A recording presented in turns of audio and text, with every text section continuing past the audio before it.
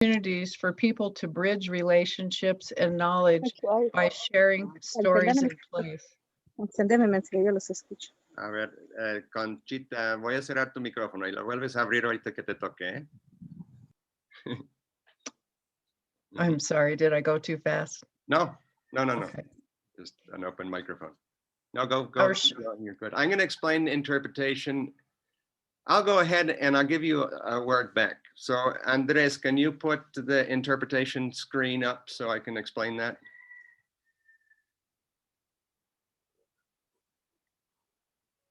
Wonderful, thank you. So I will explain first in English. This Zoom call has an interpretation function, and we have the wonderful assistance of Andres Gutierrez from Colombia, joining us to help with translation both directions, from Spanish to English and English to Spanish. Most of the call will be in English, but you can click on that interpretation button at the bottom right side of your screen and pick English. And that way, when it's in English, you'll hear the original speaker speaking. And when it's in Spanish, then you'll hear Andres's voice translating simultaneously into English. Y para los hispanohablantes, esta llamada de hoy es bilingüe.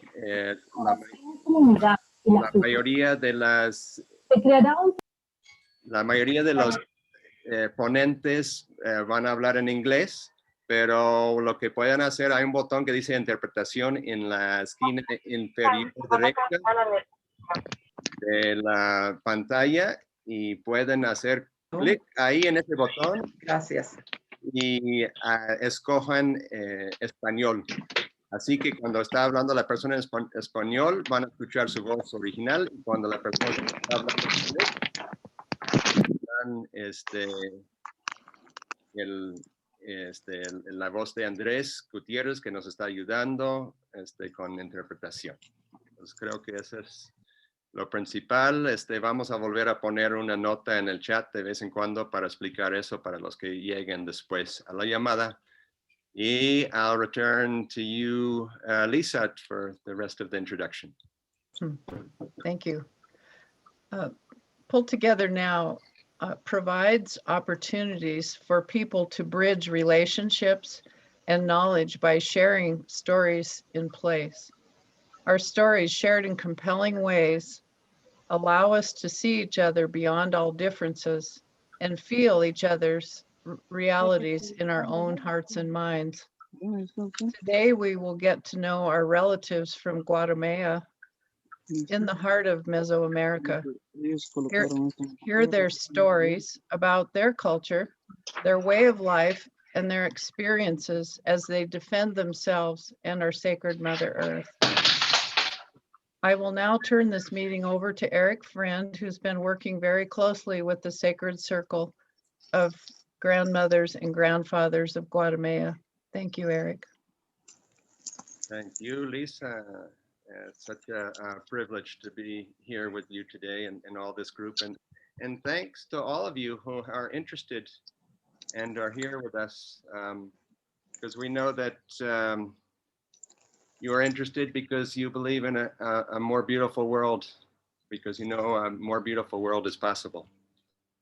And we hope that the message that will be spoken today will be inspiring, informative, and hopefully will give us steps to action so that we can take concrete steps to create this world we hope for. Just to give a really brief history, the Sacred Circle of Grandmothers and Grandfathers of Guatemala, or Guatemala, but they say Guatemala, is part of a larger continental group that's been meeting every year for the last about 15 years.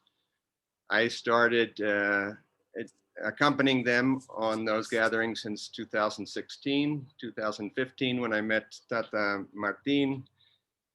And I hope their message will bring some change maybe to our thinking. We know we're in the midst of a paradigm shift today. making a new world possible. And I think it's luckily there are voices that hadn't been heard before, that had been either forcibly silenced or just because we couldn't reach them. And those voices we can now hear today. A lot of indigenous voices are being heard, a lot of indigenous women.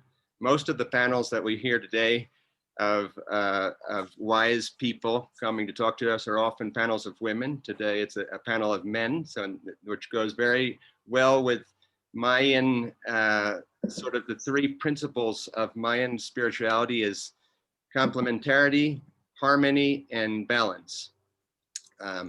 So here we are balancing the voice, the women usually giving the voice of the Mother Earth, the men may be giving more a voice of structural justice that is needed in the world today.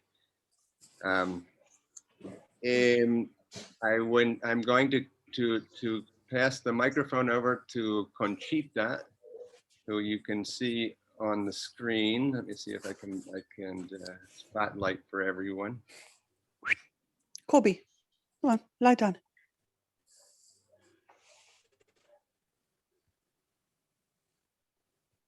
Let's see. And Conchita is going to open with ceremony for us.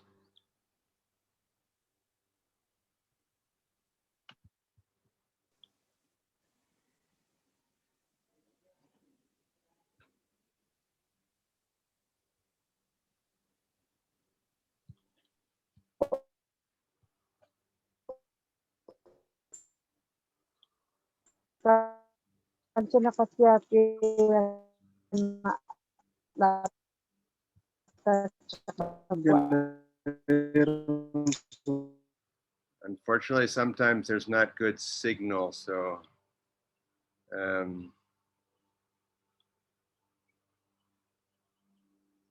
not sure if...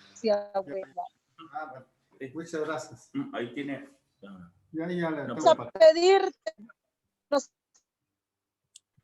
da la luz, pero que tú, el mirador, que las que han de Canacuelo, guardián de Tikal, de venirte hoy, para que todo de que toda la carta abrir su hogar, abuelos y abuelas que huelen el aire, abuelos y abuelas que están bajo la tierra, abuelos y abuelas que están bajo del agua, abuelos y abuelas que están en el fuego. Que es por gobierno, vaya a like me, ver la esperanza, tu respiración, hermano. Sin abuelos fue, hoy da reverencia, danos alegría para el paz de humanidad. Abuelos y abuelas, pedimos perdón ante ti, gran mirador, la Danta. Te pedimos también ante ti, la Florida. Pedirte ante ti también, abuelo, tu luz con tu amor me arregla luz. Gracias, abuelos, abuelas. Cada hijos estamos reclamando que no se pierda la ser, que no se pierda, que nos escuchan, autoricen expresando su mundo, en el mundo hay lo más valioso, lindo. De ti venimos a decirte que nos compartan por nuestra Pachamama, reclamamos nuestro respeto natural, vamos nuestro hogar puro, porque no queremos que otro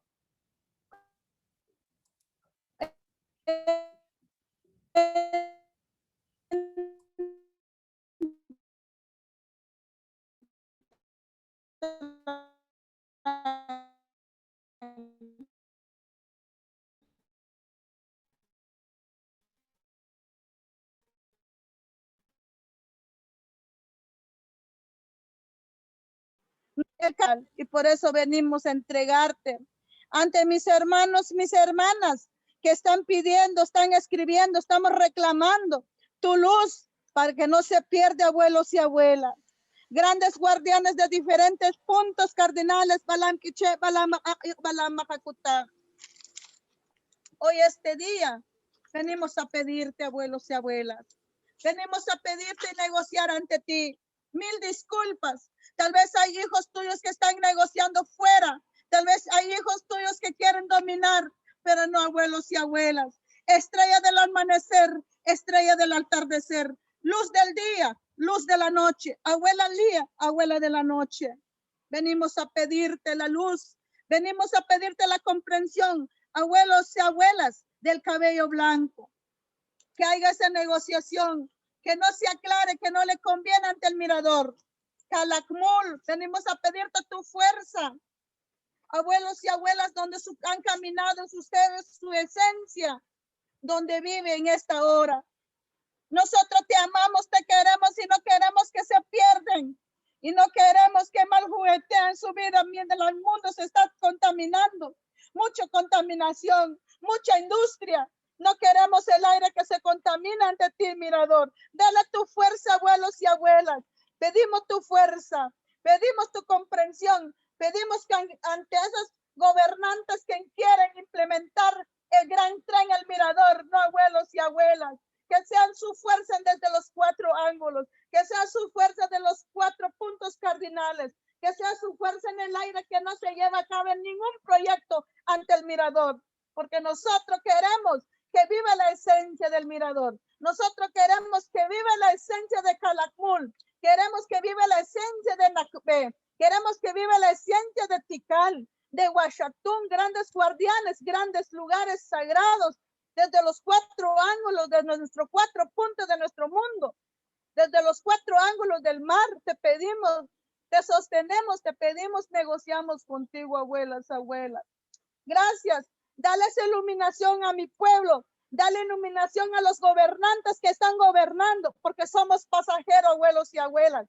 Y estamos contaminando nuestro hogar. Estamos contaminando nuestra casa. Porque abuelos y abuelas, grandes gobernantes, solo no miren el interés y no miren el interés social, el interés de ese vivir en este mundo. No miren cómo estamos pasando hoy en día tantas pandemias, tantas enfermedades, porque nos estamos contaminando. Ante ti, mirador, dale tu fuerza, abuelos y abuelas. Abuelos, una push palanque, venimos a pedirte tu luz. Abuelos y abuelas de la luz, abuelos y abuelas de la oscuridad, también te venimos a pedirte tu fuerza desde los 4 puntos cardinales, donde sale el sol y donde se oculta el sol.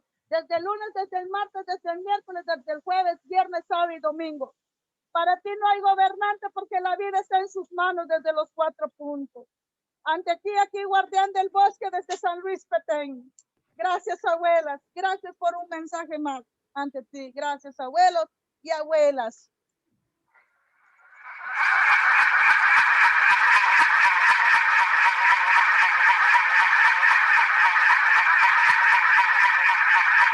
Sakol bitol, alom kaholom, ismukane, ispiakok, etsamna, Isel en la selva dormida, Isel en la historia de la vida. Llanto, viento, vientre remolido, alma, vida, juventud y grito.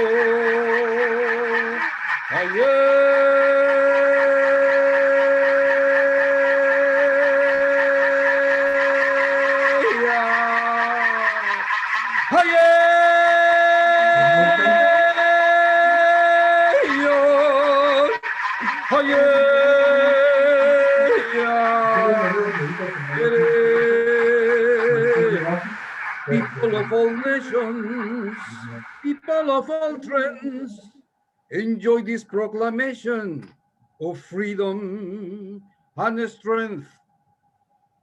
People of all nations, people of all trends, enjoy this celebration of freedom and strength. Idle no more, idle no more. Idle no more. Idle no more. Ayer.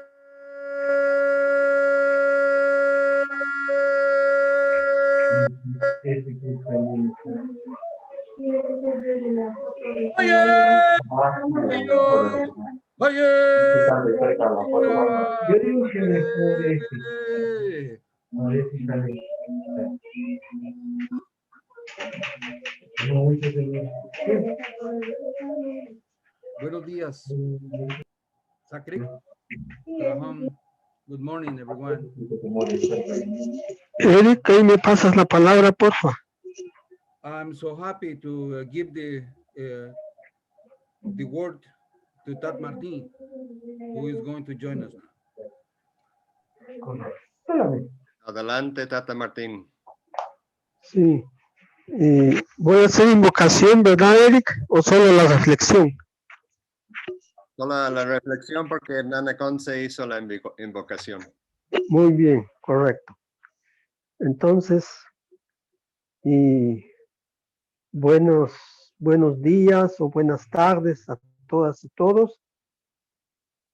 Tal vez hay que traducir, Eric, o está bien así. Tengo que hablar de corrido. Sí, tú hablas de corrido, no muy rápido, pero hay traducción simultánea, no tienes que pausar. Para la traducción, ¿verdad? Sí, nada más habla bien, normal. Muy bien. Entonces, en estos momentos voy a pedir permiso a todos los que están oyendo, a todos los que no están oyendo, pero están con nosotros. También con el permiso del constructor, de la modeladora, también de nuestros 20 nahuales, porque nosotros los mayas tenemos 20 nahuales, que son los que rigen cada día, son los rectores de cada día. Entonces, con el permiso de ellos y con el permiso de ustedes, voy a compartir la reflexión de esta ocasión. Primero, desde 1492 hasta la fecha, nosotros somos una población inexistente. Desde la invasión de 1524 a lo que hoy es Guatemala y nosotros le llamamos Guatemala, hemos venido siendo excluidos, marginados y también saqueados, porque estas tierras que eran de nuestras abuelas y abuelos fueron despojados simplemente porque no pudieron repeler la invasión de los españoles por su superioridad militar. Y ahora la situación sigue. Este año precisamente, 2021, se cumplen 200 años de la creación del Estado monoétnico de Guatemala. Y nosotros, a pesar de que hay tantos convenios, por decir un ejemplo, el convenio 169, la declaración de la ONU de 2007 sobre derechos de los pueblos indígenas, eso aquí en Guatemala no cuenta. A pesar de que el convenio 169 fue ratificado por el Estado. Y por eso es que nosotros ahora, con una mano, tenemos los tratados y las leyes, la misma constitución política de Guatemala nos reconoce, pero simbólicamente solamente en la letra muerta. Entonces, yo creo que ahorita nosotros vamos a tratar y a recuperar lo que son nuestros territorios, a defender nuestra madre tierra.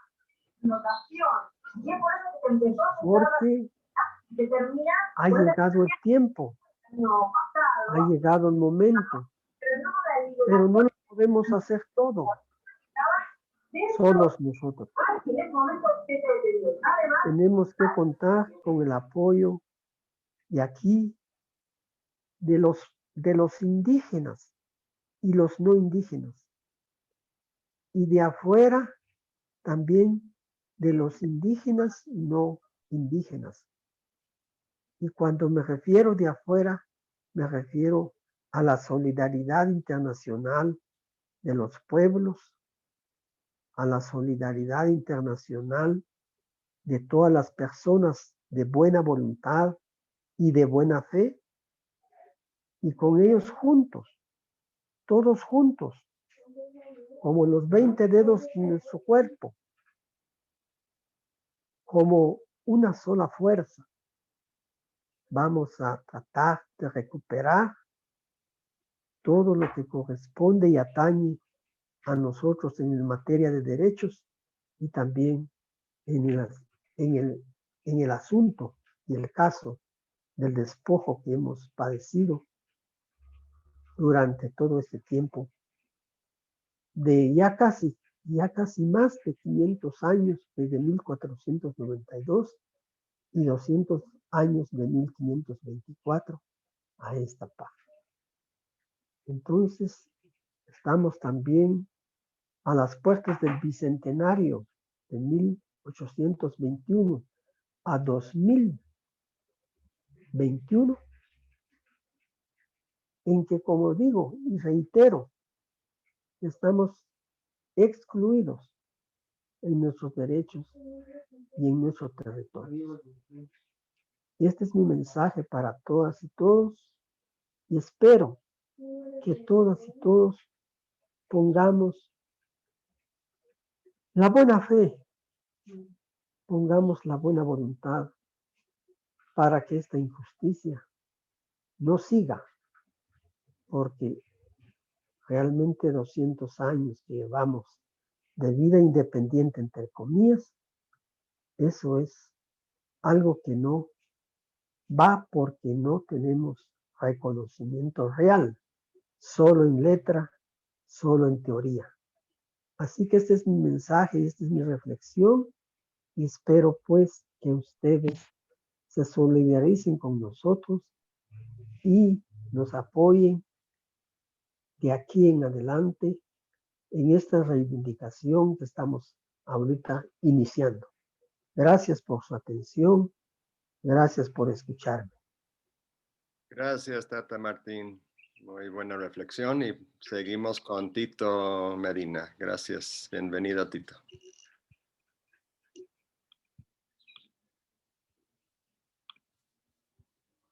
Está tu micrófono en silencio. I will start saying thank you, thank you, thank you. 3 times, thank you. This is the way we learn from the elders, from the female energy, from the male energy in cosmos. And this is important because this culture is not a new culture. If we want just to go, to put together what modern science and scholars and what we believe in our traditions, how we can reach consensus is that we reach consensus that even 15,000 years ago, people were just making arrow points. And they exist and have been radiocarbonated, measured in that way. In our myth, they use, their cerbatanas, the blowing canes with, some needles as well. What is important here to mention, I don't know, maybe I'm on your, yeah. What is important to mention here is that even in the archaic period, the basic formation of these languages, we are talking about 8,000 years. And then when we come to El Mirador and when we come from the early foundations of great civilizations, we are talking about 2,000 years before current era. Just to compare, not to compete. We don't want to compete. Everybody is welcome to know about our culture with respect, with love. And you are going to develop your own passion. But if we go to see what happened on the other side in culture, the Spanish language was starting to get formed 200 years before current era. It's about 2,000, 200 years ago. Not so long. Or the English language is in the way form of the Old English that, is 500 years after, the beginning of this current era. I don't want to go, too deep into the history, but we need to compare sometimes, how people evolved and how they develop. Each person, each generation develop their own concept in science, spirituality, art, society, the sense of belonging. And some cultures, you belong to your community and you belong to yourself. In the Maya, you belong to the cosmos. You are interrelated with the stars, with what you know that exists and what beyond, go much, much more beyond your wildest dreams. When we dream, it's not just about the Freudian concept of dreams. No, it's a culture that it's a tool that you have developed through thousands and thousands of years, where you put your conscious being in a way that you can communicate with the rest of the existence in the past, forecast the future. But to forecast the future, you need to learn from the past. Time is circular. Same is knowledge. If we go and pass our knowledge, doesn't matter how large or how small knowledge we think that we have, we have plenty of knowledge. And we accumulate that. And I just want to mention something that's important. In many cases, you can talk with the experts in Maya culture.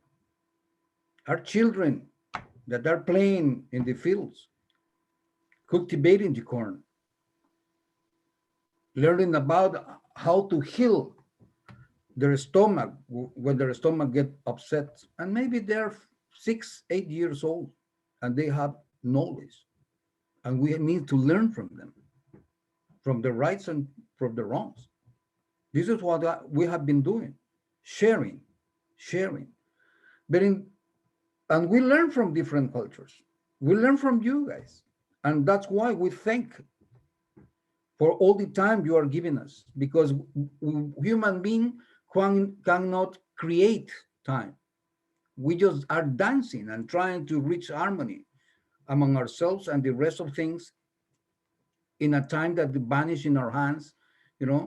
We can just try to invent measurements, as Tat Martin says, and have calendars and using science and using the stars and astronomy, sorry. I was going to say that there's no Maya astrology, there's astronomy. We count the stars, we count the days. But there is no truth. The truth comes from everything that is shared with a critical thinking, and you take what you want. And this is what you give to the newer generations. Even I would say, with the El Mirador crisis that happens in the last months and a couple of years, there was this kind of sensationalism that came to the press about, you know, the largest pyramid in the world, the more massive, the very basic origin of the Maya culture. No, no, no, this is sensationalism. Every site is a sacred site because the memory of elders, the memory of our ancestors was built there.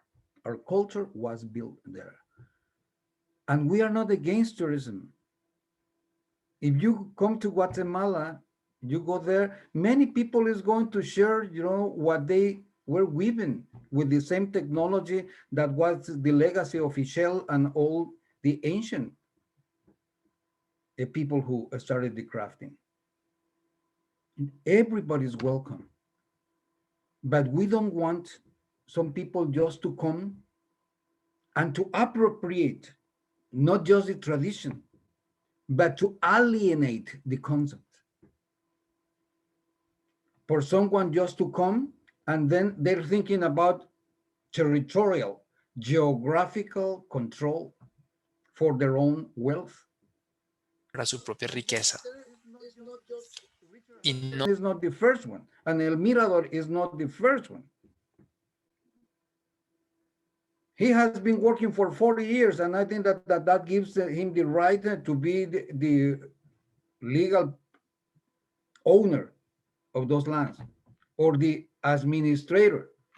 This is as fake as these NGOs that they're just getting the money and they build their own board of directors for them just to be leading, you know, all the game. This is a circus. And then they invite people that doesn't know anything about the Maya culture. And these people get caught in the trap because sometimes it's not because they are thinking bad, but they're given half-truths, you know, to entice them into buy the narrative of a person who wants to control a really large amount of territory. In this case, the basin of El Mirador Calakmul is not just in Guatemala, in northern Petén. And I'm just going to put, you know, to share my screen, you know, because I don't know, it's just, for me, it's so important, you know. I'm sorry that I'm just going to get here, but everybody gets into the idea that these games from doesn't matter. But yes, it matters, because to develop this kind of art 2,000-3,000 years ago, to develop this kind of symbols and this kind of language 3,000 years ago, people were not just nomadic groups that were just hunting and gathering. No, they were civilizations based on that. And I'm coming to this. This is Mesoamerica. And I'm using, you know, the map of the foundation for the advancement of Mesoamerican studies. Why? Because you can see the Maya territory in this corner in Guatemala. Is not, these are artificial borders created by colonial powers. But we can go on and on, because when we study all the civilizations, it's not just the Maya civilizations. And this map is just Mesoamerica. And when we talk about El Mirador, we are talking about eventually this area. But before that, there was a site called Caminal Huyu in the central Guatemala city that already existed. But there is a lot that can be said. But what is important is that in this beautiful land, in this beautiful territory, there is people, and people who has the right of self-determination to claim the culture and to share their culture, to be consulted. And this is a right that internationally has been granted. That's why our intention is not to fight, but to defend. Our intention is not take people and just to keep them out with walls. No, we want to invite them. But we do not want to be prey of a new layer of colonialism imposing their will and creating a kind of Disneyland. And this is important because when we talk about, you don't have to go to a very specialized places. Just hit Maya culture in Wikipedia, and then you will start to get, you want to get more information. There are thousands of books that have been written on that. I just going to get away from the screen sharing. Oh, I got stuck somewhere. But what is important here is that if you allow me just to finish this part of the time, I don't want to abuse of your time. I just want to end by saying that our dream, in this case,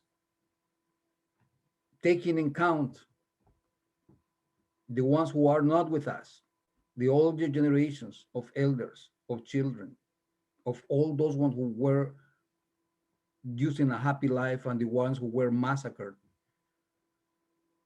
the ones who are getting killed every day in our territory to defend the tradition, the culture, and their ways of being. We would like everybody to sit together and to reach consensus. People from different parts to come together and we can work together. And the idea is to build bridges. And that's why it's so important that you are here. Because it's not just in the Maya territory, but all across the continent and in many places in the world. And then I want to finish this segment saying that we can do many beautiful things together, but we need to sit down, to think together, to put our hearts together, to put our souls in order to keep one light together. Could be a ceremonial fire, a large fire, could be a simple candle. But we need to get around this energy, this power. Everyone has this power within.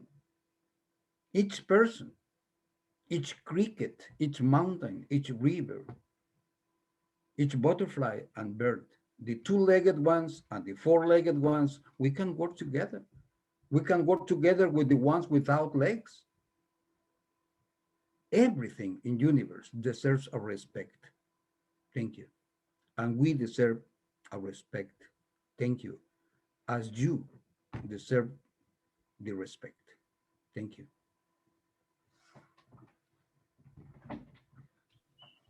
Thank you, Tito. Do you have the music? Should we listen to a couple minutes of music to reflection before Juan, or should we go directly to Juan's? We can go to Juan's now because, I will explain. Basically, I'm just going to do something. You see the instruments? I'm just going to make this music. And this represents how the earth goes around the sun and how if we are this person, the universe dances around us. And this is the Siholak that is the calls for the ancestors. Then you can explain the music we did at the beginning. Then Juan can come. Thank you, Tito. Adelante, Juan. You're on.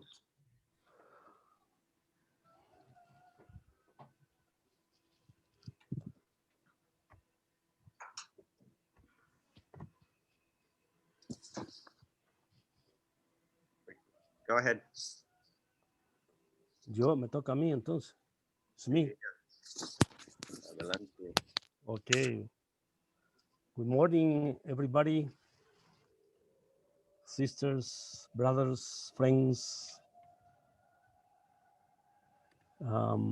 Thank you for being here, listening to our message, the natural spirituality, reconnecting ourselves with with the spirit of nature. So we here in Mesoamerica, I am in El Salvador. We are also the region that is part of the Mayan world, que es parte del mundo maya, where Belize and Mexico. Mesoamerica for us is Middle America, it's not Central America. So what happened today in our region is that we are being threatened by these archaeologists whose surname is Hansen, who tried to introduce a law, an act, into the Senate of the United States of America for him to get a donation of $60 million and also backing for asking for a loan from the Central American Investment Bank of another 60 million. Fortunately enough, when the new US president came into power, that law ceased, so it's dead. So this talk that we are doing today, it was based on that denunciation or that opposition we have. But then in a period of a week time, we had to transform our denunciation into something more about ourselves, about our spirituality, about who we are. We believe that the things are driven by las cosas están siendo it's not in our hands to do changes, especially sudden changes like this. But we need to adapt all the time our lives to that will of the spiritual world. It's not easy, right? It's not easy because we are educated. We learn from society that we have to be in command of our lives.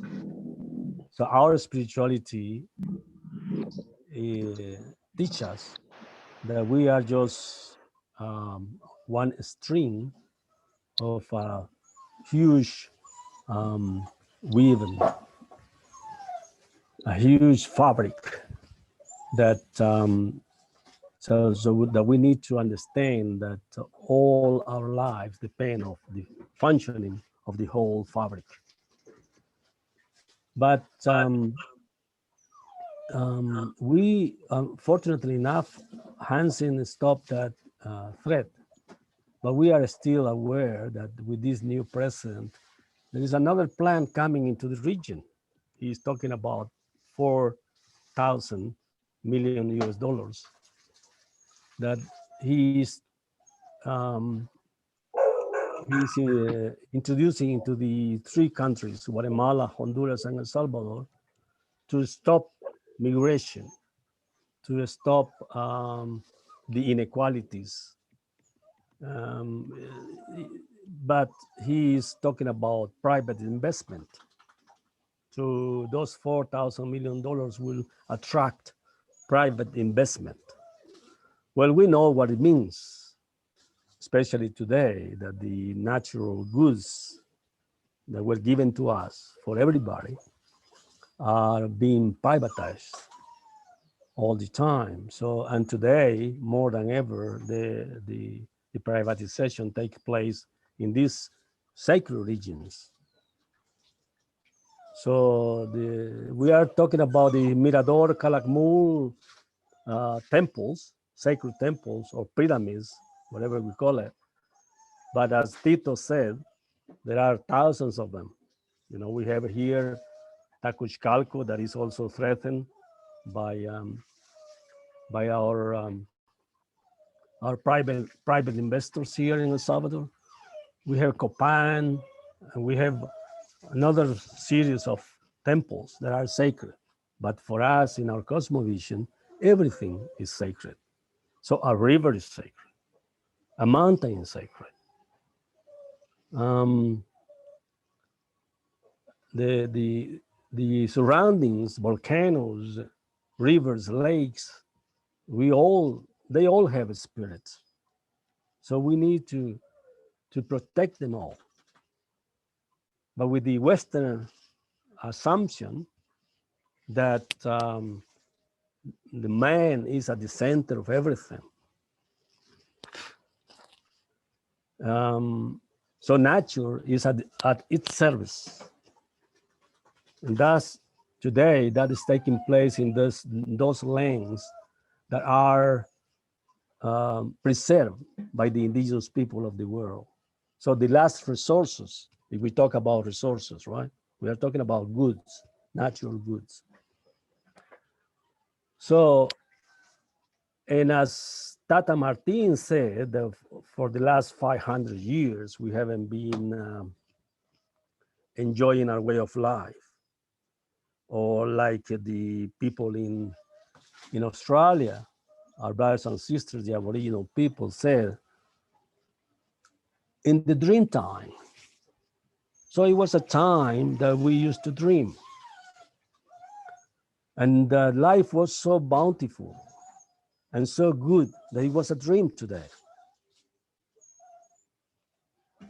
So in those areas in where forests still survive,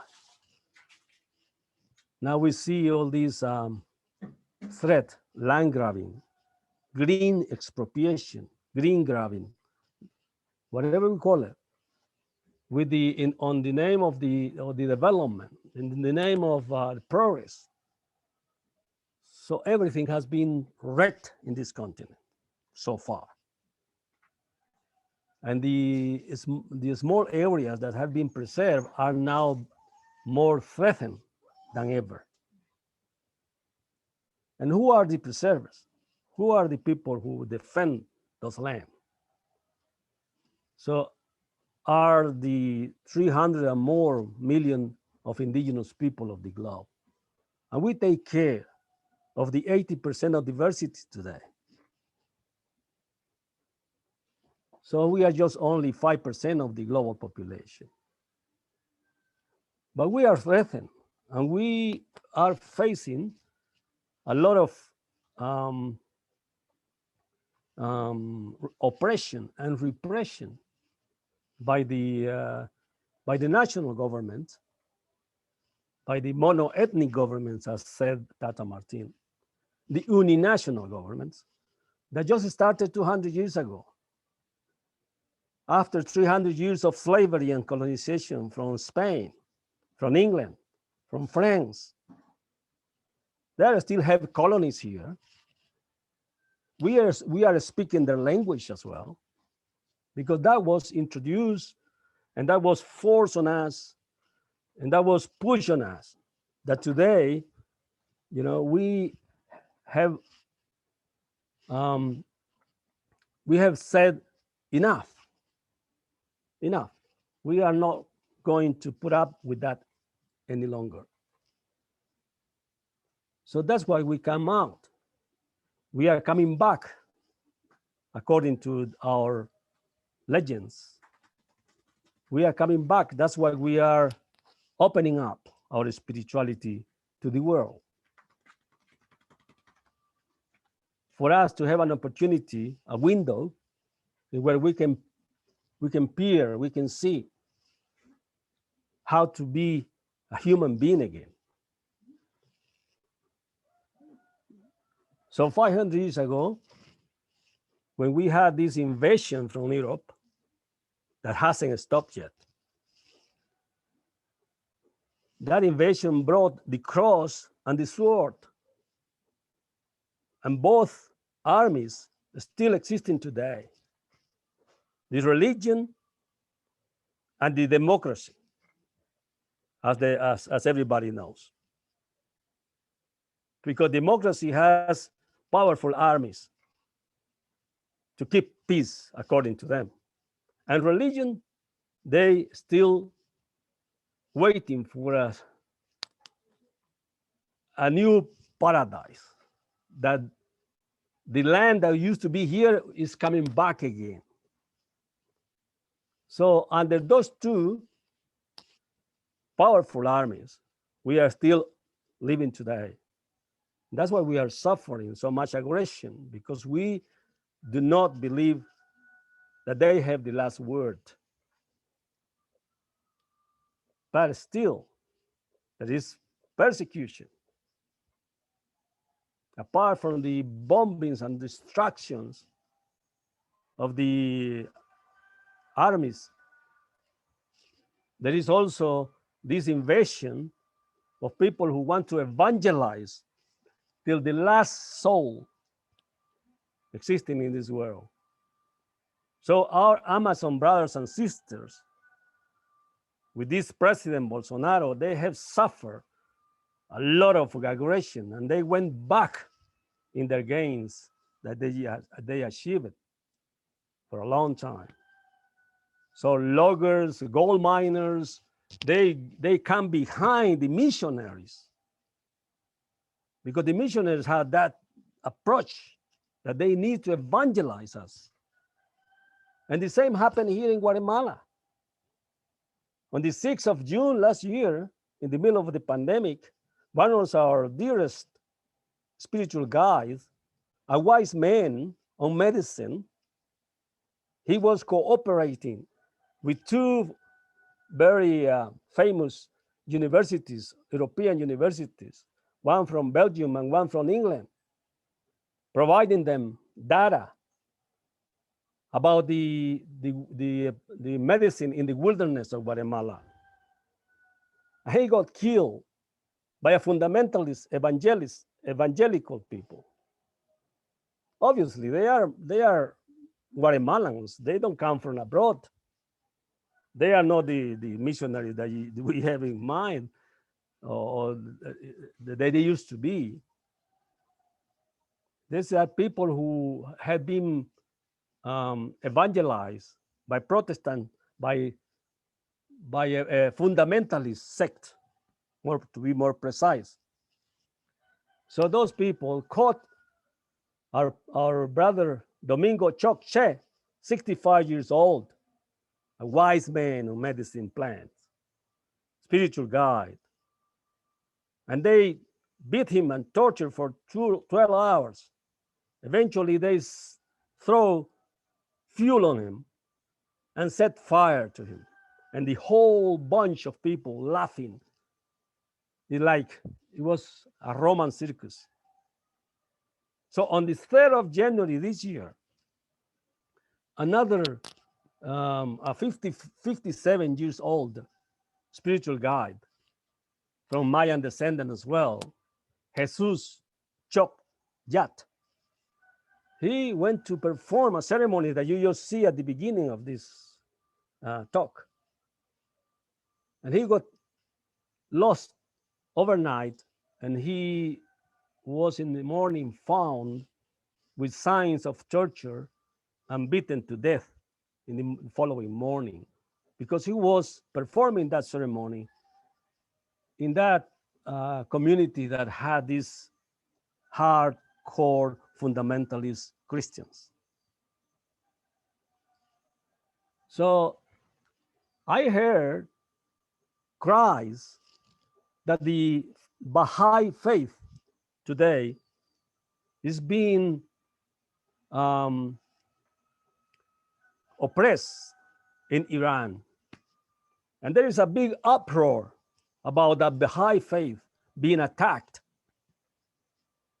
But what about us? That's the question, Mark. What about us? What, because we are not a religion, perhaps. Because we are a spirituality in motion. We live our belief. If you saw in the ceremony that our sister, the spiritual guide, Concepcion, who lives near Mirador, the area that has been targeted to be developed in another Disneyland fantasy thing, She was performing a ceremony and she was talking to God. She was not talking about God. She was talking to God, to the creator and formator, according to us, to the architect of the universe. And she was blessing all of us, asking, if you heard, for many different gifts that we need in this struggle. So, with all respect for the religions of the world, we just call ourselves who can make a difference, because we are a small group of people taking place in this talk. Perhaps, or maybe we can change things, or call the attention, or write a letter, or support our brothers and sisters who are suffering oppression here, like Bernardo Caal, who is in jail because he was defending a river from a hydroelectric dam. And because he's a teacher, and because he was the most visible leader, he was caught and invented charges. And now he is in 2 years in prison. He will be there 7 years. But who is behind this hydroelectric dam? Who is the main shareholder of this investor dam? The president of the football club Real Madrid. So this is sport that people follows, people invest. So they are taking over the Cajabon River, a sacred river for the Quechua people in Petén. Anastasia Mejia, a woman that is also facing trial because she is a radio speaker. There's another 2 journalists from community radios that had been threatened a week ago by the oil company in El Estor Izabal, or Itza Lake in Petén. Why? Because they have denounced this pollution of crude oil that goes into a small river to the lake. So for us, everything is sacred. So we cannot make so much difference in this terminology. But we think that the sacredness in our spirit will help to change things for humankind to understand that the only way to get out of this madness that the way we live, the way that we have come in history living, fighting each other for resources, killing each other for taking land and oppressing people, enslaving people, it has come to an end. And we are in a rush now. We are in a rush, so we need to get our head together, our heart together, and help each other. That's the call from our elders, that we need to embrace indigenous and non-indigenous people to carry on this huge task. Tashtawi, Padiush, Matiosh, thank you. Thank you, Tata Juan. Powerful. I will circle back in a minute to the last thing you talked about, but I want to sort of touch on a couple of the things that I've heard from you and from Tito. First, I think it's important especially for us of a Western tradition, to understand the difference that both have talked about in terms of this difference between spirituality and religion. And one of the biggest difference in terms of indigenous spirituality is that difference of it's integral. It's part of, we tend to think of religion as something you do when you pray, or something you do on Sunday at Mass. But but in basically everything and everyone is sacred in indigenous spirituality. So that it's all, everything has spirit and energy. Nahuales, as the Mayans call them. I also wanted to talk, just to go over again about, so originally when we planned this call, it was because there was this bill in Congress that, in the US Congress that Tato Juan talked about, to support sort of the privatization of a part of northern Guatemala called Mirador Calakmul, and to create an archaeological site, develop it, have high-end ecotourism. Now, I am sure this is going to come up again because Richard Hansen and others have, it's not the first time they've tried to change laws in Guatemala to do these kinds of projects. So I'm sure we will see it come up again. That's why we need to come together, as Tito said, you know, we need to work together. We want to listen to each other. I'll get back to that actually in a minute. I would guess that most of the people that would read this proposal of support in the US Congress would look at it and say, oh, this is wonderful. They're going to protect this area of northern Guatemala that's under attack by loggers and drug traffickers. And so, you know, we can help them out. So that's part of the group, sort of like, but you know, within that, there's kind of a hidden arrogance of that, you know, we have to go in and fix it. You know, they must, I mean, I'll be crude, and language is, it's what's behind it is saying, oh, these poor people, these ignorant people, they don't know how to protect their land. So, you know, we'll let the specialists and the experts, you know, we know how to do it, so we'll fix it for them. But if we look at that and think about the arrogance of that, and I mean, of course, there's international laws that make this illegal.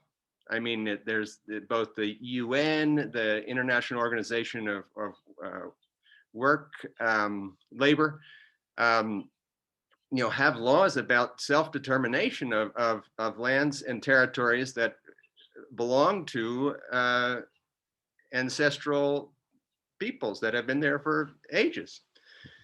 But besides that, it's common sense. It's basic respect.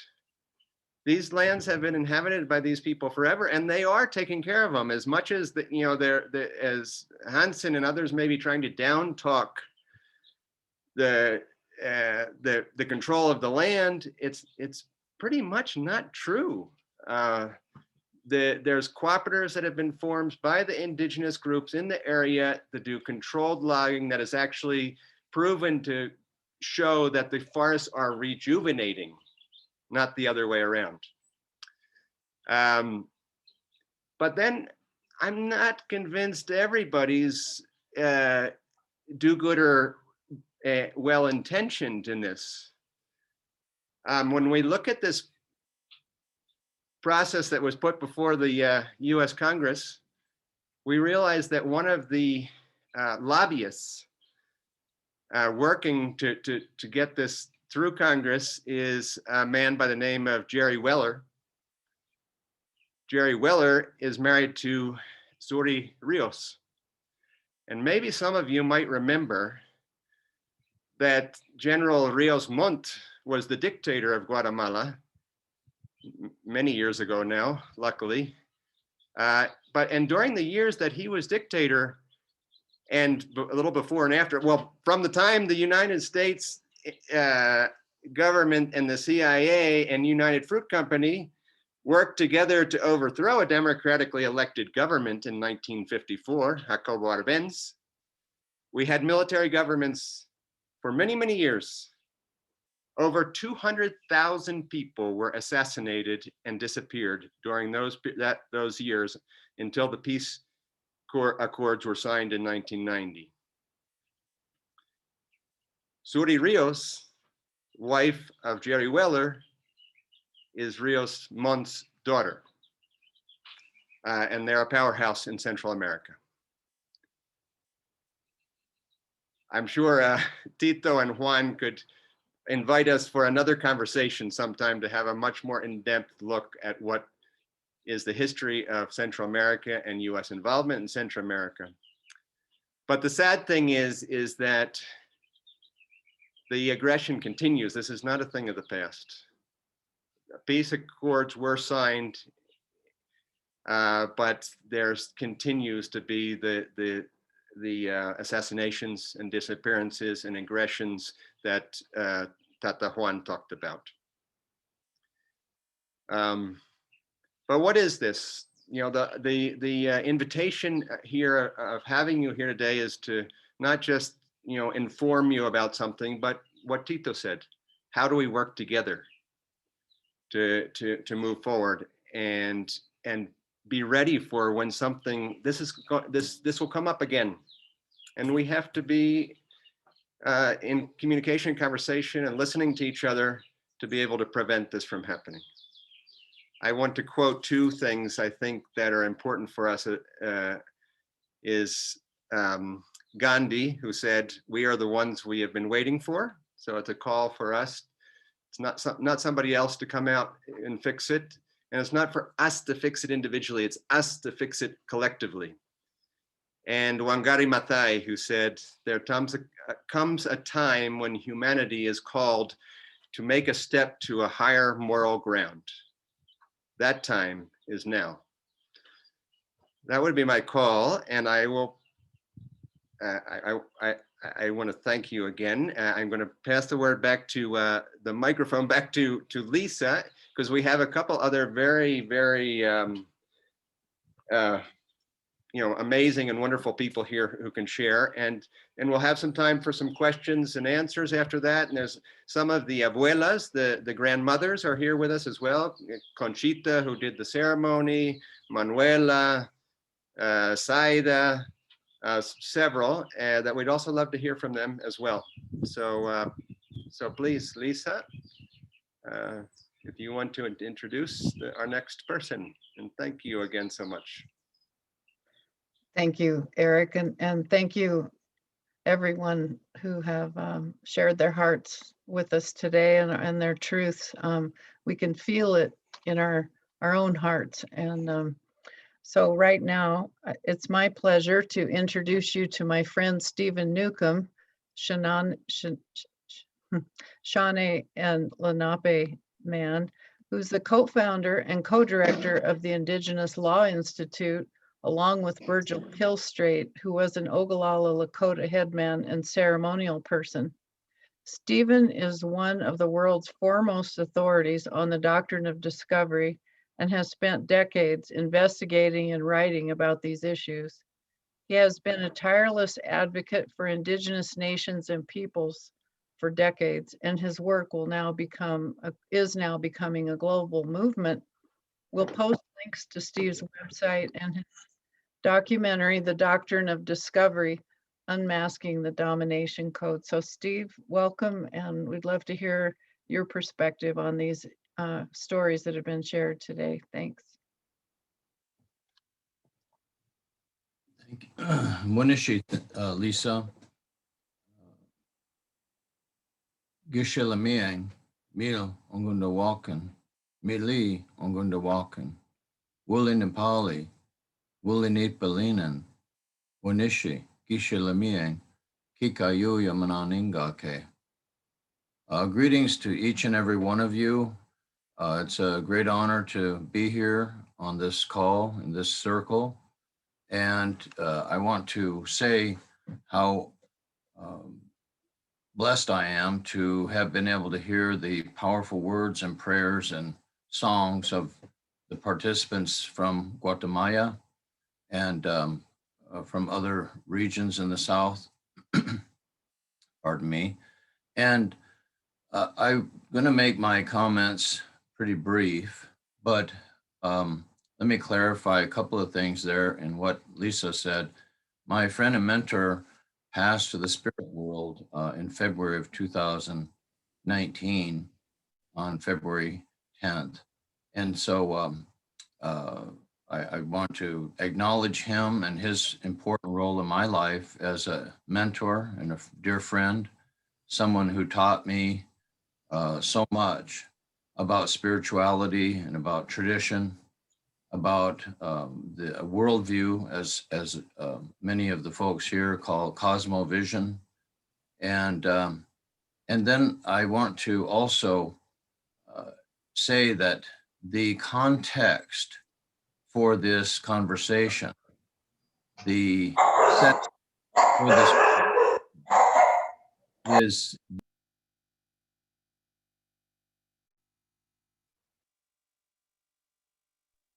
Steve, I probably because we silenced microphones, you can put your microphone back on. Oh, thank you. Thank you.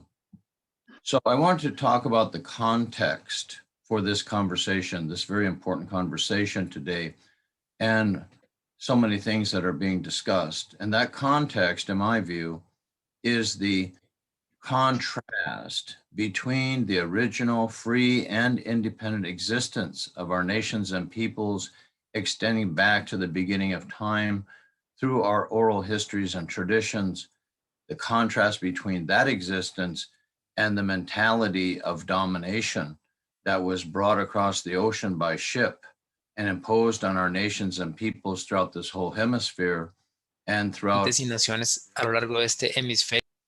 And when we understand that contrast, then we can begin to look deeply at the language that carries and maintains that mentality of domination. And we can begin to look at the secret way in which it's coded so that the way in which we speak, we're constant, and if we're speaking in this colonizer's language of English, more than 60% of this language is derived directly from the Latin language of the Roman Empire. And so this language, when we're speaking it, we're actually speaking domination. It's coded, it's embedded in this language. And there are synonyms within this language, innumerable, countless synonyms, which mask the domination. So as I was listening to the speakers, Martine and Juan and so forth, as examples, and Eric, that some of the phrases that are being used are actually translatable. They can be translated more specifically into the domination language. For example, the word territory. Territory comes from a Latin word terreo, which means to hold a place in subjection through terror. What does that sound like? Rios Montt and the war against the Mayan people, the war of domination. You also have the idea of religion, which is two Latin words put together, re, meaning to do again, and ligio, meaning to bind. So to bind the hands, to bind the people through a continuous repetition of the domination patterning. Those are just two key examples. Also the idea, I was so struck by the profound nature of Martine's words, along with the others, but these ideas that the documents such as the ILO 169 and UN Declaration on the Rights of Indigenous Peoples are somehow documents of reform. What the state systems do, what some people call nation states, is they always put into the wording of those documents key terms that maintain their position of a higher compared to the lower, down below, so the up, down. And so they're always on top with this, what they call sovereignty, and the people down below are in poverty as a result of the sovereignty. SOVER, those types of differentiations.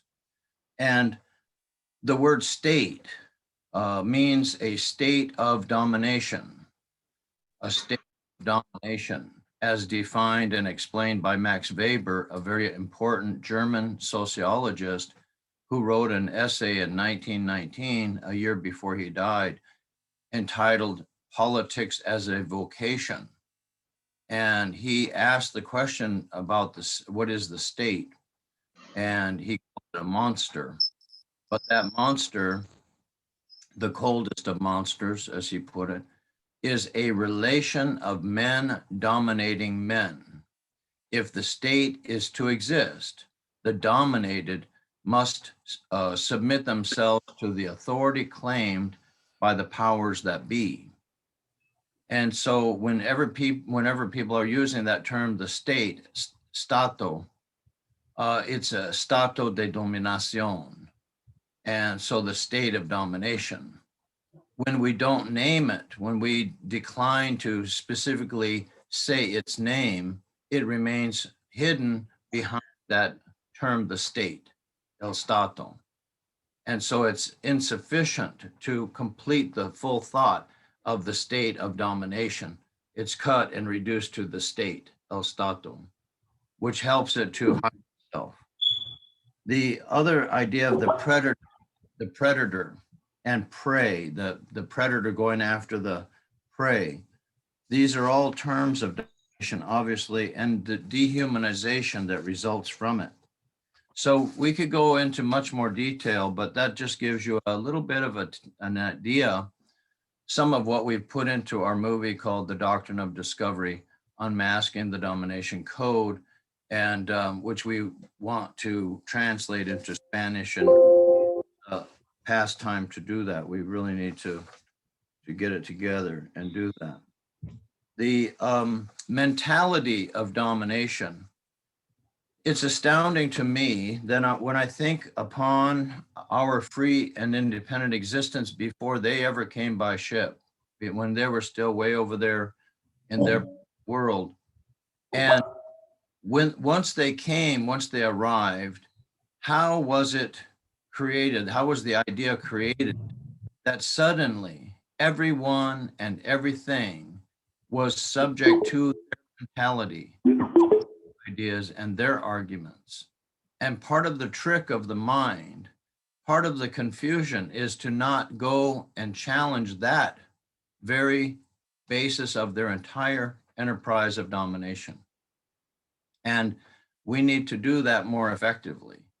So in the case of United States, the Supreme Court has said, in a case called Johnson versus McIntosh, the Supreme Court has said that, to paraphrase in my own words, that when the mentality of domination arrived, the right of our nations to remain free and independent was ended by their thoughts and ideas, by what came out of their mind.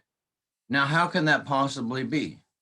If you're free and independent of their thoughts and ideas, how do you become supposedly subject to their will and their thoughts and ideas? Because they just think it. And this is what Chief Justice Marshall said. He called it the superior genius of Europe. The superior genius of Europe. That's talking about the mind. So they create the ideas and the arguments, but it's up to us. We have to come up with the response to say, no, that is wrong. There's no such thing as a right of domination, but they claim that there is. And they claim that that right of domination is la conquista, the conquest. What they have to say is la conquista, and suddenly everyone is supposedly subject to their thoughts and ideas because they say that they successfully imposed their domination with their dome, the Capitol dome on top. And that's the symbol of their domination system, the dome of the church, the dome of the state. That's their system. And so when they come ashore and they look for the river and they say they have the right, in their mind, they have the right to claim everything from the mouth of that river all the way to the source and all of the tributaries of that whole entire area. What they do is they create a ceremony a ceremony, a symbolic ceremony of domination, but they don't call it domination. They call it possession. But they take possession. They seize the land. They might even take a little bit of soil and put it in their hand and say, I hereby take all this land by holding this little bit of, this is all nonsense. This is local, crazy. But yet they get away with it because they have fuerza, they have power and military might. But the thing it starts with is the mind. So we have to be very discerning, in my view, to understand their documents. And I have had the good fortune to be able to investigate very thoroughly the Vatican documents of the 15th century issued by various popes in Rome, and to find the domination language in those documents and to understand the patterning. So when I hear of these deaths, these killings, these murders of these amazing spiritual people, and I think of the encyclopedic knowledge that they have and had that is now no longer available because evangelicals looked at the Bible and the virus of that way of thinking infected their brain. And then they can treat their own people in such a heinous manner because of what it says in that book that was brought over here from that distant place, the capital of domination in their part of the world. And I see those, the way, like if you look at the book, Thy Will Be Done by that amazing couple that wrote that book, took them 18 years. You look at the nexus, the connection between the CIA, the corporations, the evangelicals, because it's all about making the money, the snake with the 2 arrows through it, but making that money, the profit based upon the story of the prophet Jesus. So this is, but it's all about domination. Even the evangelization is domination. This is just a cover word for the domination process. So I think I'll leave it there. And I thank you very much for providing me a forum and an opportunity to share some of these ideas with you. And I feel very profoundly moved by the things I've heard here today. So Winishi, thank you so much. Thank you, Stephen. Would you like to share something else, Lisa? No, I'm just always profoundly moved by the humility and the kindness and the open hearts that welcome us all into this, just these timeless cultures that know the way forward. And as we all seek to heal our world, it's just an honor to be welcomed in, but also welcome to share what we all know and can contribute from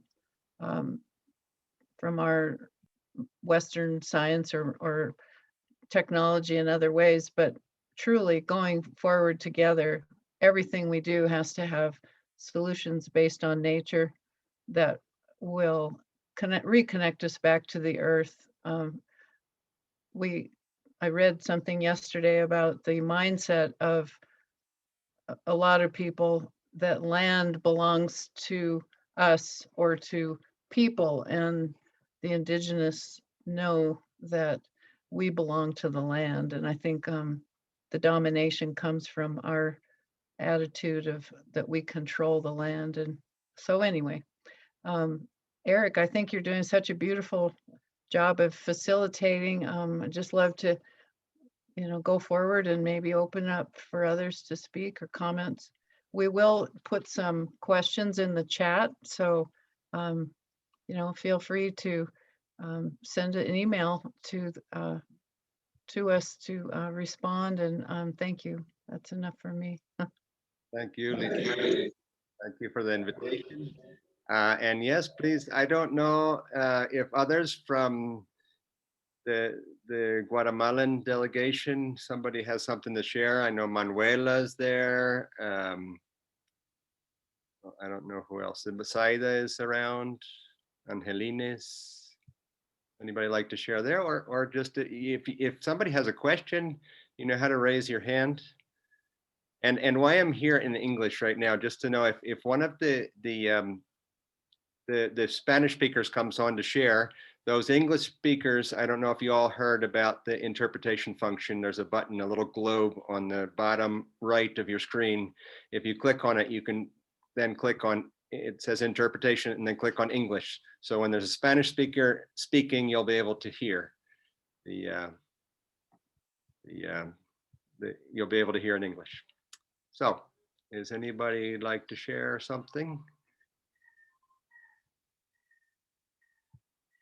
Manuela, Zaida, Conchita, or anybody else?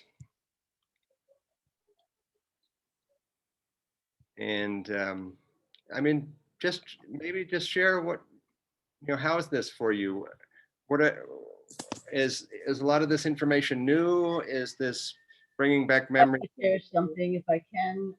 This is Capitano, and if I may. Sure. Yes. Moment.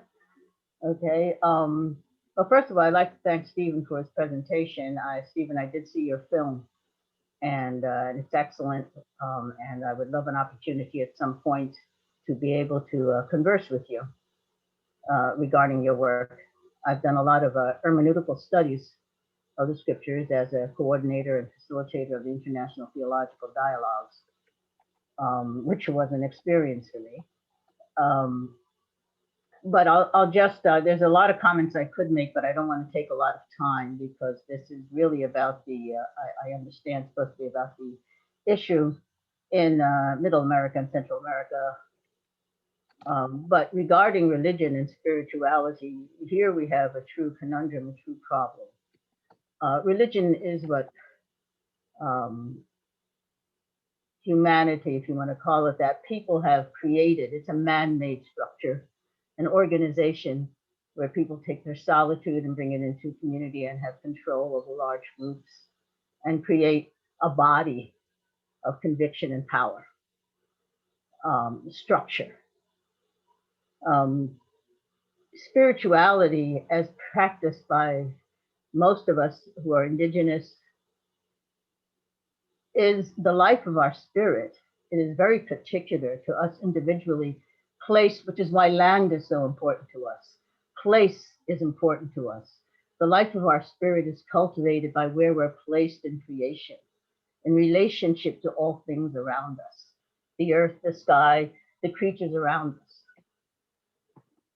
The spirit that is cultivated in one location is doesn't exactly come from the same as the spirit to be cultivated elsewhere, but they all connect because they are all part of the universe.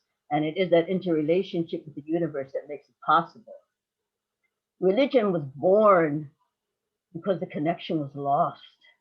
It's where people went with their solitude. We have a capacity to live in solitude as well as in community, but our connection is one of, again, the life of the spirit, of our common connection to the earth and the universe, which then connects us to us. So we have no need to really dominate or conquer. We live in relationship to. Domination, conquering, privatization has always been another word for domination.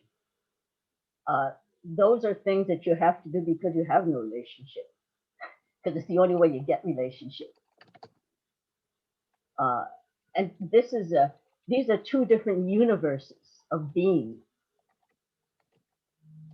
and they are not compatible in my experience. Now, I've been around a little long time.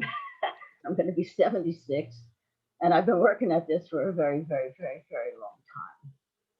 And that is the belief that I have come to. So something has to dramatically change. And the change has to be in a way of being, in a way of relating, in a way of thinking, in a way of perceiving, in the way of understanding ourselves as human beings. as one said, become human beings again. Well, that's why indigenous people throughout the world have a name for themselves, which means the real people or the true human beings.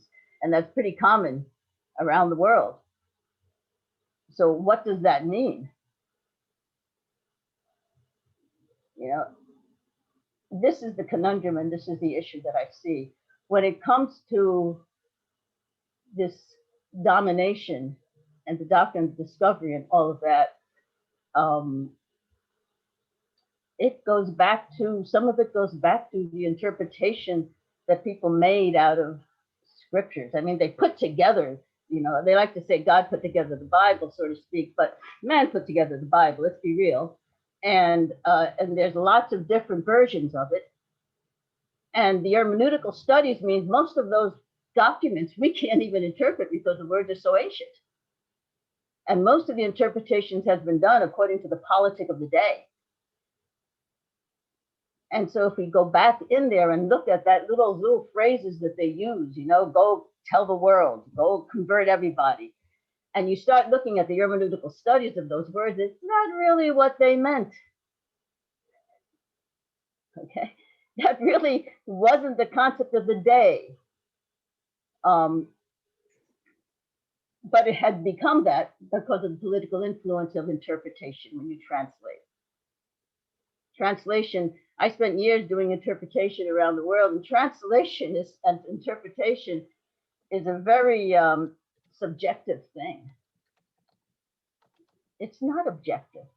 There is no objectivity, let's be real. It's impossible to be 100% objective because you see through your own way of seeing through your own eyes. And your history and your very soul determines your perception and your interpretation.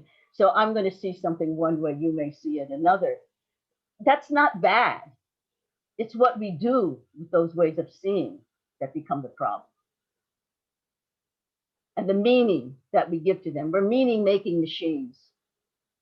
We give meaning to things. You can say this has inherent meaning. Nothing has an inherent meaning. We give meaning to things by our way of seeing and our way of being. And this is the heart of the conflict. We see differently. We are being differently. And how do we bring those together? When I reverence the earth that my ancestors came from, where they're buried, I live in relationship to it. I honor. My cousin was killed because his father protected the forests. He was 15. He was just enjoying the forest. Okay. We live in relationship to it. We cultivate. The earth lasted for thousands and decades, thousands and thousands of years when we took care of it. It took Western civilization, what, less than 200, 500 years to destroy it? Because we're in relationship, and there is the heart of the difference. I would a population that has lost relationship. Because what you're talking about, I know, is exactly what Tito wants to follow in on. So I would invite maybe for if you want to close a little that last thought and then pass it over to Tito, because I think that's along the line of what he wants to share. Okay, go right ahead. Oh, good. Great. Thank you. Thank you. Relationships. It's a beautiful concept. How we relate with Mother Nature. How we relate with cosmos in its all wholeness. That's important. And respect. Some beautiful things happen in our lives and we celebrate them. Some terrible things have happened in our lives. And we have to remember that that happened for that not to happen again. Some things that we create, sometimes that just come from nature itself. And I'm talking about this because communication between two different worlds, one based in the material possession of matters, things, and stuff, and the other one that is based on concepts. The spiritual possession of your own mind, your own spirit, your own way to relate to the other. This is a totally different concept. And that's why we are not asking for revenge in this case. I don't want to put in my heart, this kind of bad feelings just to motivate me to go. And I'm a survivor. A couple of brothers, dozens of my friends, women and men, got killed, tortured. We reclaimed the pieces of their bodies, on the streets, on the ravines. This is our history. While we were talking about the elders or the green activists, the ecologists that have been defending the land in many parts, not just in the Maya territory, but in different parts of the continent, they're getting killed every day. People is getting kidnapped every day, tortured. It's not the Middle Ages, it's not the Dark Ages. It's the 21st century. And that's why it's so important that we can get together to come in a proactive way in order to nurture the concepts that were trying to be erased by these colonial powers, as Steve was mentioned before. Because it's not just the domination like that, but a lot of research has been made about the residential schools in North America. But it has happened all over. You cannot speak your language. You cannot use your knowledge. You cannot relate with your family. This obstruction the traditional communication, because they didn't invent too many things, and they were so afraid about all the common knowledge that we have. It's science, it's art, it's culture, other ways of peaceful communication. Consensus. We need to reach consensus, and consensus is not about everybody to agree and to be the same. It's not uniform. Consensus is based on dissensus. We are different, beautifully different. Each particle in cosmos is different. Every single atom, and that's why we can get together. And maybe this is the time when many people is thinking about how we can reconnect and to be ourselves. And I remember that, or sometime one person said, "No, you have to share all the Maya values for everybody to follow that." And I said, "No, no, no, we don't want followers. I'm a Maya mestizo myself, or a mixed blood, or an identity that is getting built. But I think every single identity is getting built. Let's do it beautifully, without to harm other people, other beings, without to harm the rivers, the mountains, the air, the mines. Gracias. And that's why this is a great moment where I'm celebrating that we are getting connected, getting to know each other. And this is important. Some people think about where are you coming from? And when they are asking that, they are talking about the geographical point in Mother Earth where you come. Grandfather William Comanda always said, "We are indigenous peoples of this planet." He was an Anishinaabe Algonquin elder. But it's important. We are coming from the knowledge of our grandmothers, our grandfathers, for the common knowledge of the community, for that love, that passion. to belong to nature, to be good people. And this is important. And eventually we can just get together to stop the misappropriation, not just of the territory, but our culture, for other people's profit. I'm just going to leave it there. We can talk, but communication is key, a different kind of communication, the communication that comes from our hearts, from our minds, from our dreams, respecting the common knowledge. Muchas gracias, Tito. Ahorita le paso la palabra a Tata Martín. Nada más les pido que tenemos 15 minutos más. El intérprete ha aguantado ya hora 45. Es muy cansado de interpretar. Entonces es muy importante respetar el tiempo de su tiempo, pues, y su energía, ¿no? Entonces, Tata Martín, te pido brevedad y seguimos. Adelante. Gracias.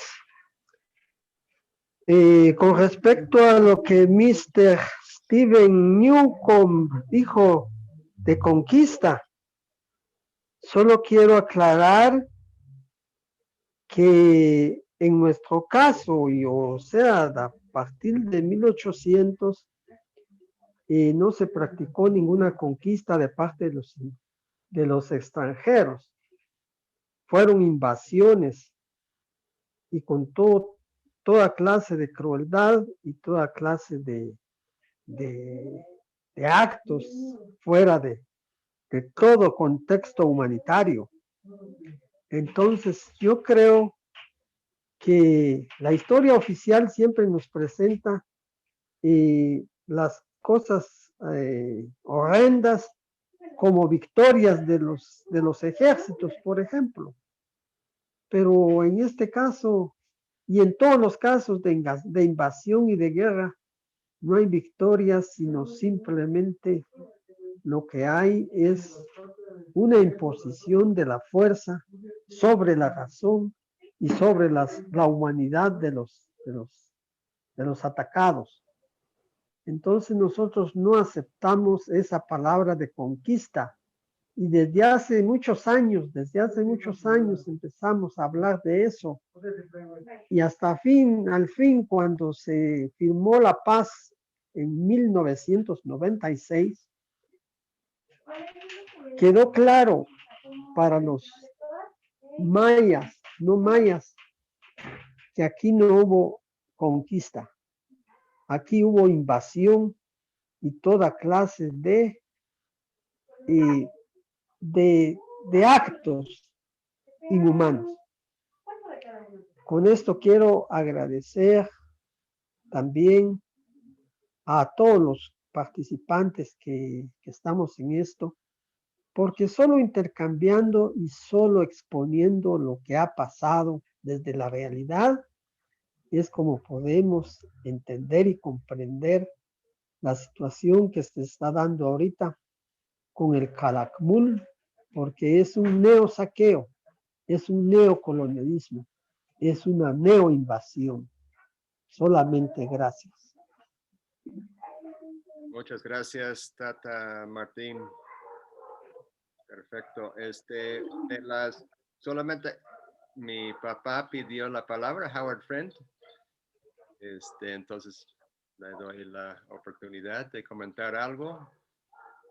Vamos hacia el cierre del tiempo. Entonces, si quieres abrir tu micrófono, if you want to open your microphone. Howard Friend. I'll make it. Chita creo que también quiere hablar después. Okay, very good. So, go ahead. I'm a follower of Jesus who happened to have been rejected by his religion and appeared to be rejecting of his religion as a venue to take his message of love. I was 23 years the pastor of the church Eric was raised in. And we invited each other to hear the call to find a pathway to the heart of the sacred. Not a prescribed one, but the one we felt called to. We were invited to hear the call for how we were to make love manifest in the world. And we could only do that as a community. And the last thing is, I used to call myself a Christian, but I don't do that anymore because goodness knows what the person heard me say it thinks. So I call myself a follower of the message and movement of Jesus and the prophets, a follower of the message and movement of Jesus and the prophets. And for me, that's in wonderful resonance and alignment with all I've been hearing today. So thank you for giving me a chance. Gracias, gracias. Pasamos la palabra a Conchita, que anda por ahí, que veo que levantó la mano.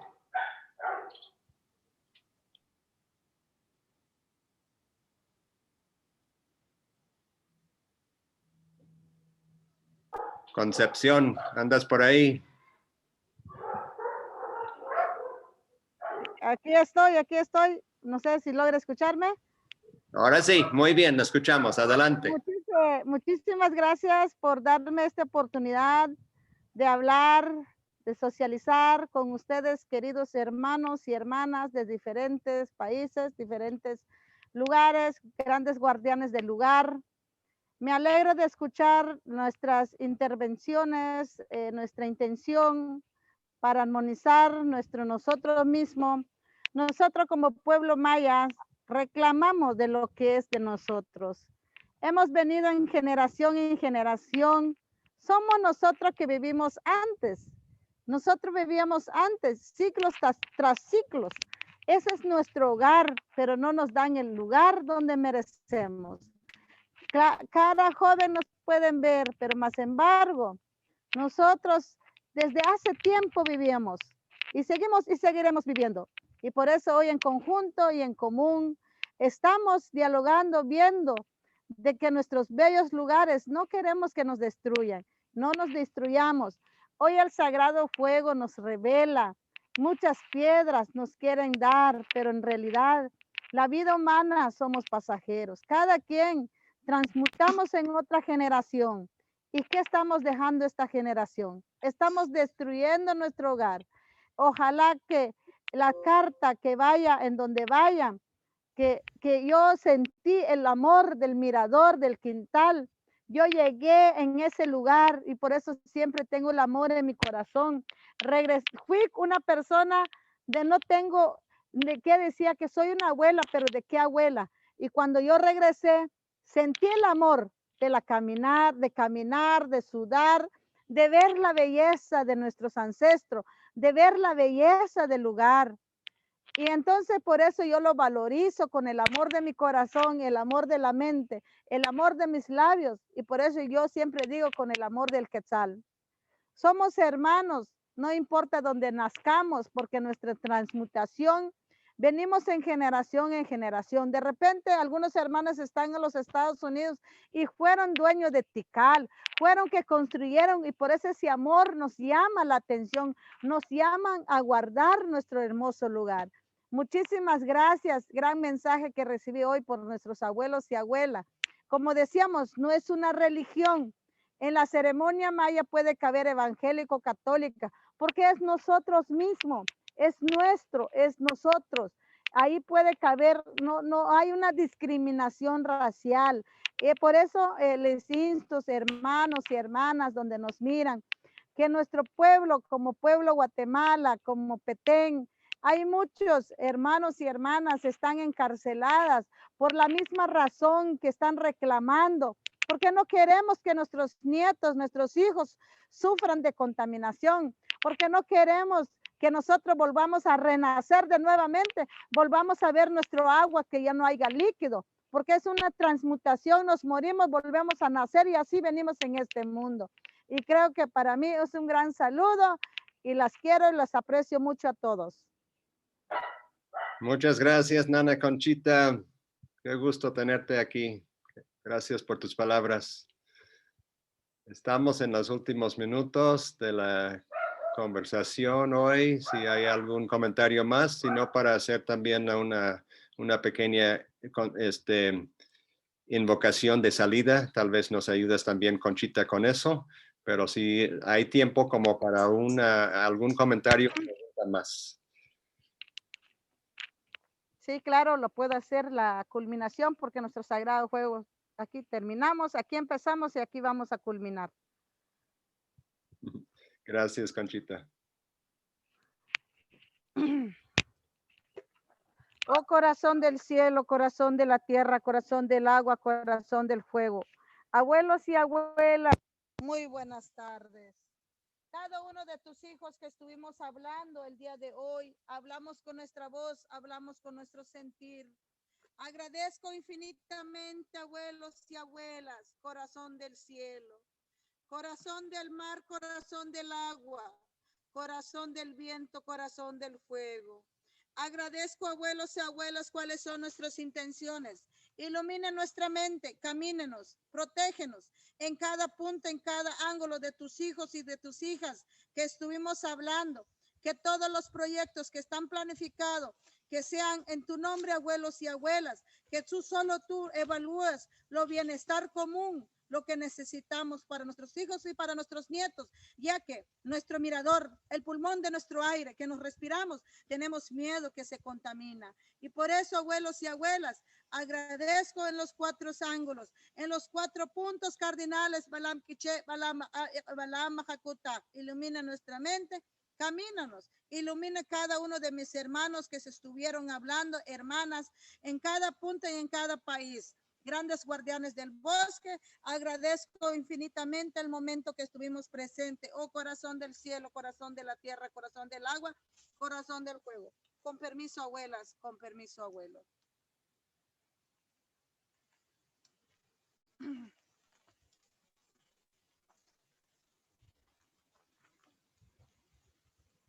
Gracias, Nana Conchita. Muy bien, pues, Lisa. Gracias. Adiós, entonces. Adiós. Well, Gosh. thank you. Gracias. And love to all. And let's find ways to stay connected and to keep pulling together. We don't need more words. I just hope we all take this home in our hearts and minds, and we will be in touch. But our gratitude to all of the defenders of Mother Earth that are working day and night to make a better world for all of us. And it's an honor to be working together. Thank you. Thank you, Lisa. Thanks. Lisa, and thank you to the translators, to the translator. Thank you, thank you. Absolutely. Oh, Andres, you're the best. Thank Gracias. Un saludo a todos. Eric. Yes. you. Abraham. Hasta luego. And love to all the elders from the Sacred Circle. Thank you.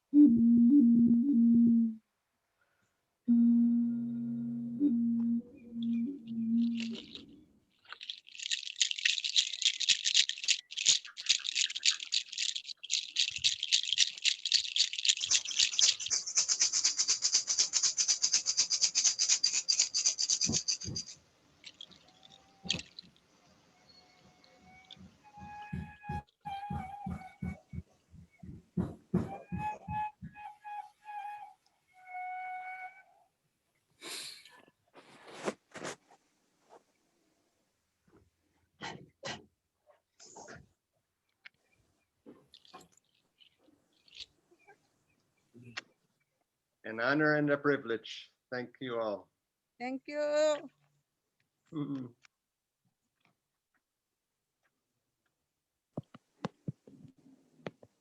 Hasta luego y enhorabuena. Gracias, Eric. Felicidades. Gracias, Federico. Un abrazo. Gracias, de Argentina. Sí, gracias. Gracias de Brasil, obrigada. Ana Patricia, un abrazo. Thank you, thank you. There, nice- Gracias de Michigan, Estados Unidos. Un abrazo a mi hermano desde No, Cuernavaca, Morelos. Fue hermoso. Muchas gracias. hermano Adrián, un abrazo igualmente. Un abrazo, hermano. Un abrazo a todos. Thank you all. Muchas gracias a todos desde Cuernavaca, Morelos. Gracias, Mayra. Un abrazo. And nice to meet you, Milt.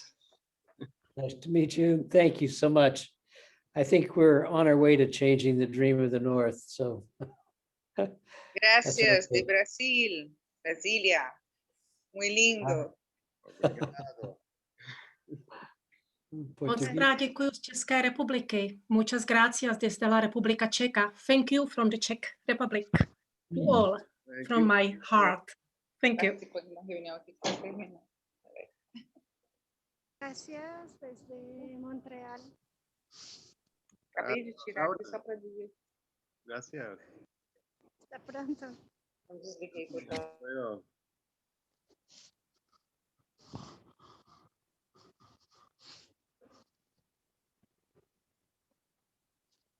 How's that for on-time ending, huh? Quero sair da reunião, não sai. Thank you, Eric. Thank you, Steve. Wonderful to meet you. A privilege. Agora saiu. Não, mas não saiu, não. Tlazocomati Guerreros from Northern California. That's a comate.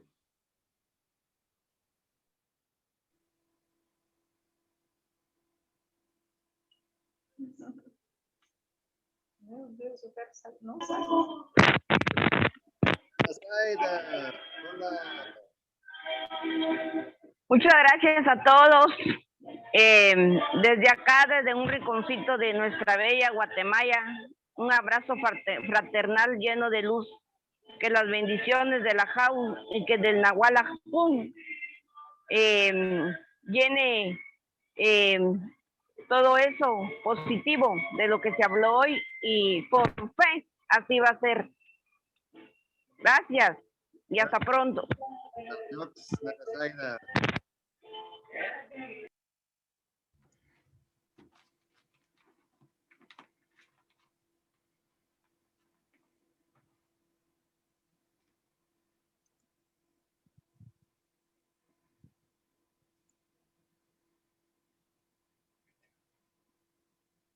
Hey, Maureen, good to see you. Hello. From Merida? Yes, in Merida, are you?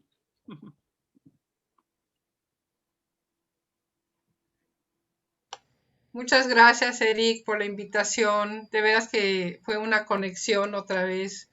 Estoy pasando mucho tiempo en Cuernavaca por mis papás. Entonces, tal vez por allá nos conectemos un día.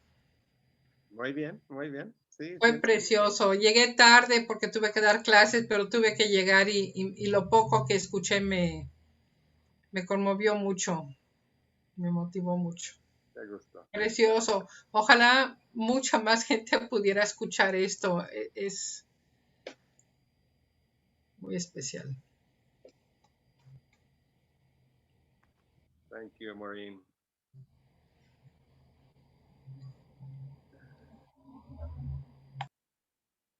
Andres, thank you so much. Thank you so much for being here, helping out with this.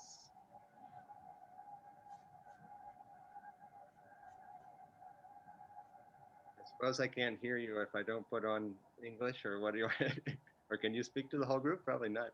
I can turn off interpretation, right?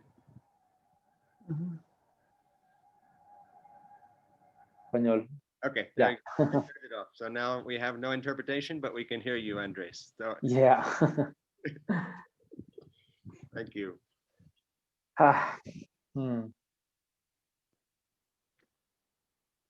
Yeah, it's wow, it's amazing to have these messages go through my voice, like to feel all those testimonies, and especially the hard things that they are suffering, the indigenous peoples there. It's really tough. Yeah. I have translated some in my life, and I know I've had to stop translating because I've cried when I've translated a friend from El Salvador actually, when she told the story of when Oscar Romero was assassinated. Still brings tears to remember it. Thank you. You have a gift, Andres. Thank you. And Ana Maria, gracias. Thank you for being with us. Pachamama friend.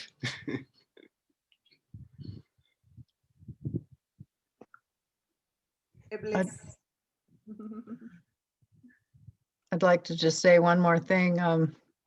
It's been such a team effort, and to respond to the call from the elders to help get their message out to the world was really I don't know. I mean, I'm speechless. I can't convey it, but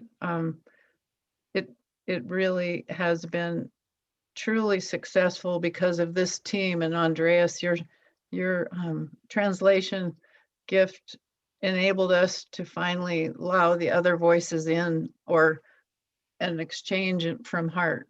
And we'll continue this. I think we're just beginning and opening some more conversations with Steve Newcomb and others to get into some real serious dialogue about how we really do pull together. But for all of you, I'm just a helper. That's all I am. So thank you. Thank you, Lisa. You're more than a helper. It's been your connection with Juan is just to watch the communication between you two, and the empathy and the depth of commitment. And I know that's how important that is to him, his connection with you. So it's greatly, greatly appreciated.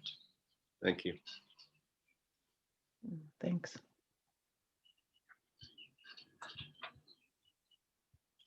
Well, shall we end? Big hug to everyone. Abrazos todos. Okay. Gusto. Un privilegio, un honor. Abrazos, abrazos, Maureen. Hace mucho no te veía. Así es cierto. Se conocieron acá en Guatemala. Thank you, Lisa. Sí. We could share the recording, right? Sí, I have it recorded in original audio, and it's recorded in Spanish. I'm not sure it's recorded in English, but most of it was in English, so it'll be good. Yeah. Good. Okay. Right. Thank you, Tito. Qué lindas palabras. Muchas gracias. Gracias a todos. A todas y todos. Sí. As we say, you know, every day is a new beginning, you know, and we need to look for the continuation of what we learned in the new beginnings in the past to create the new beginnings in the future. Thank you. Thank you all. Thank you all. Thank you. Thank you, Tito. Thank you. And Aime just connected. We're disconnecting. Estamos a punto de desconectarnos. Aime, perdón. No sé si estuviste más antes, pero aquí ya estamos en el final. Adiós. Muchas gracias a todos. Un abrazo y seguimos adelante. Gracias. Ajo. Ajo. Ajo.